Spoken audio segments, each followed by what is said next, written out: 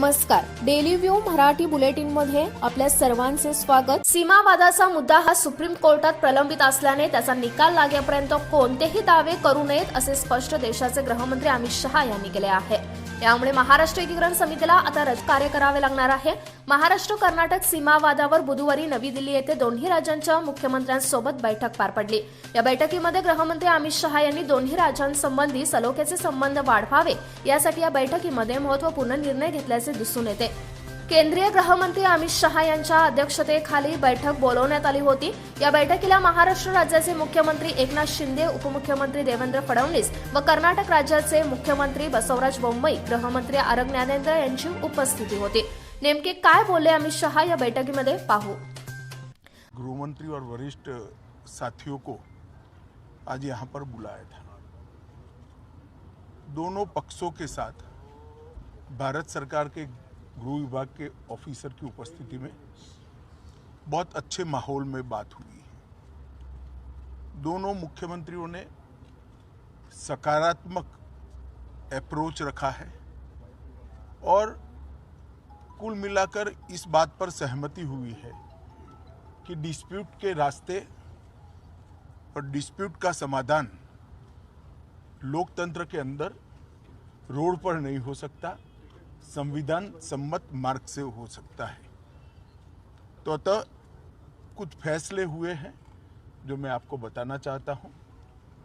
सबसे पहले, जब तक सुप्रीम कोर्ट का इस बारे में निर्णय नहीं आता, कोई भी राज्य इसके बारे में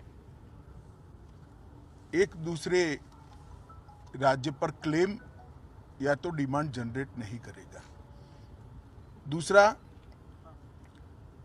दोनों राज्यों के मिलाकर दोनों ओर से 6 मंत्री बैठेंगे और इस पर डिटेल नीचे तक परकोलेशन किस प्रकार से हो इसकी चिंता और चर्चा करेंगे। छोटे छोटे और कई मुद्दे भी हैं दो राज्यों के बीच में,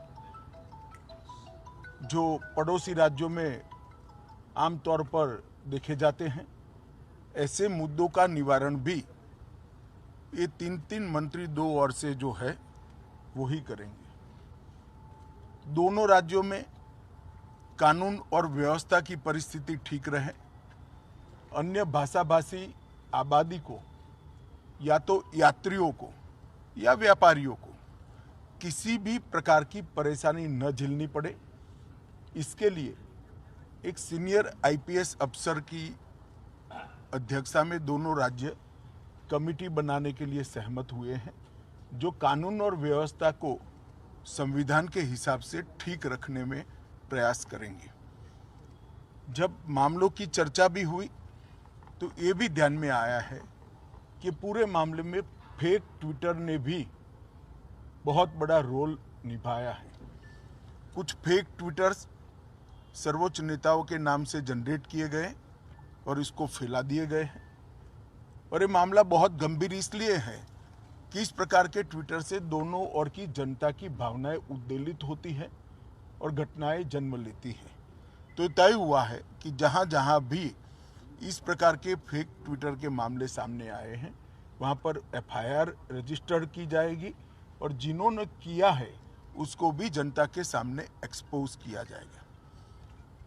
तो एक बहुत अच्छा, एक प्रकार से सर्वसम्मत निर्णय आज की बैठक में हुआ है।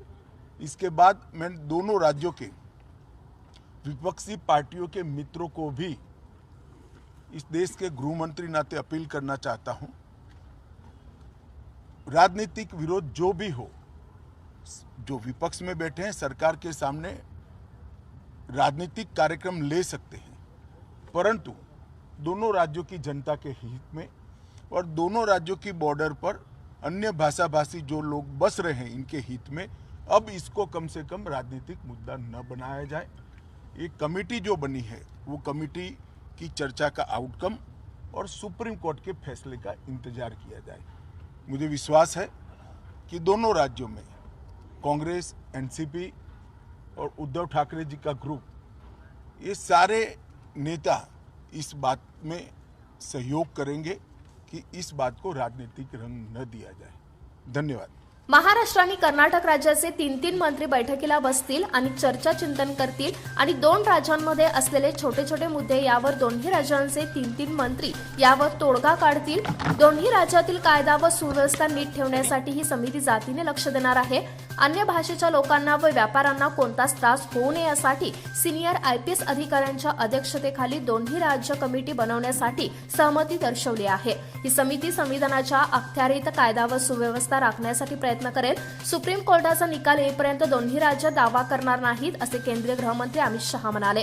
केवळ आंदोलनावर भर देणाऱ्या संघटनेवर कठोर कारवाई करण्यात येणार असल्याचंही ते म्हणाले। फेक ट्विटरमुळे दोन्ही राज्यातील भावनांना तेढ निर्माण करणाऱ्या फेक ट्विटरवर FIR दाखल करणार असल्याचंही यावेळी त्यांनी सांगितले आहे।